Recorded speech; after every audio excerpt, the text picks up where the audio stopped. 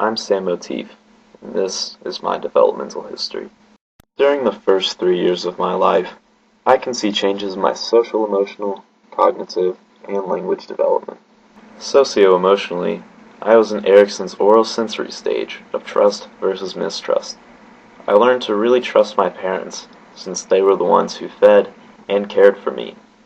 Therefore, whenever we went shopping or out anywhere, I would begin to cry if they left my stroller alone for even just a little. Cognitively, I was in PJ's sensory motor stage. I didn't really have a grasp on the concept of object permanence. My mom said I would love to play peekaboo with anyone who was willing to play with me, and that I was always so amazed when they could move their hands and reveal their face. It was almost as if they appeared out of nowhere. My language development went hand in hand with Chomsky's theory of language development. I began by first making goo goo gaga noises until around the age of 5 months. Around 5 months, I began producing phonemes, such as ba ba ba to mean baby.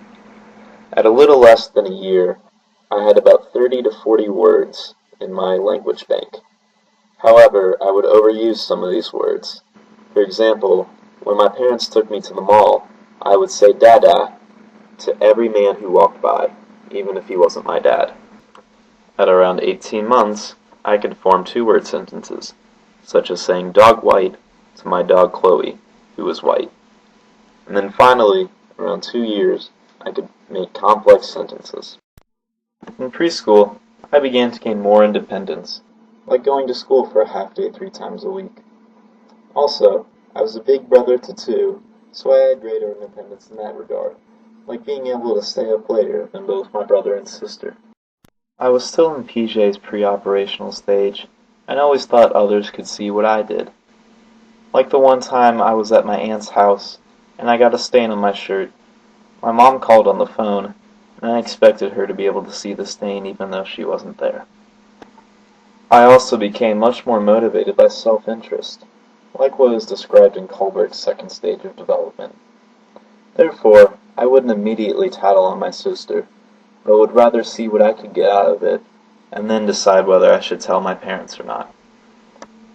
I can also remember in kindergarten that when we had centers, I would only want to go to the one that included the Tinker Toys, rather than going to the other centers, which actually included schoolwork. In elementary school, I began to move from being motivated by self-interest to being motivated by trying to get people to like me, otherwise known as Kohlberg's third stage of development. In school, I began to care much more about my homework, and didn't just look to play with Tinker Toys the entire time. As far as actual learning goes, I began to think much more logically, which means I developed a greater appreciation for subjects such as math. I even scored in the 99th percentile in math on the 3rd grade Terranova test. I really liked school, and therefore was very motivated to learn. This helped me reach industry in the industry versus inferiority stage of Erickson's theory of development. As I entered middle school, I began the process of developing a personal identity. I didn't yet have a true personal identity, but I realized the type of people with whom I'd most want to associate. This helped me into Erickson's identity versus identity crisis stage. I began to think more abstractly about certain subjects, such as algebra, therefore entering PJ's formal operational stage of development. I would actually use the formulas given to me, and wouldn't simply use the plug and chug method, as I had done previously. Morally, I began making some pretty serious decisions of my own, such as choosing to get confirmed into the Catholic Church. Going to an all-boys high school was a bit different than going to other schools. I didn't need to search for which social group best fit me, as everyone got along. This really helped me through Erickson's stage of identity versus identity crisis. In high school, I also reached stage 4 of Kohlberg's development.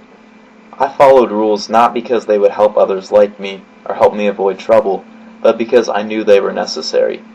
However, because I did follow the rules and knew they were necessary, I did have many teachers in high school who really liked me. I also liked school more than I ever had before my junior and senior years of high school. I was able to make a much more individualized education which met my interest, making it more enjoyable to learn. I no longer had to take classes I may have found boring. Instead, I was able to take classes such as anatomy, psychology, and statistics.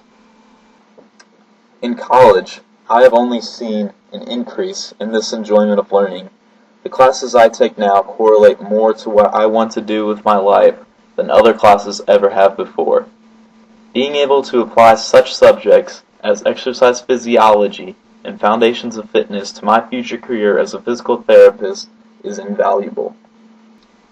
In college, I have also moved more towards Erickson's stage of intimacy versus isolation, rather than identity versus identity crisis. I have begun looking at my future much more.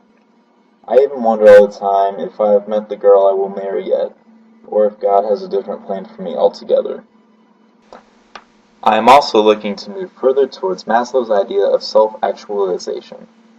I want to be able to share the gifts I have been given with the rest of the world in the best way possible.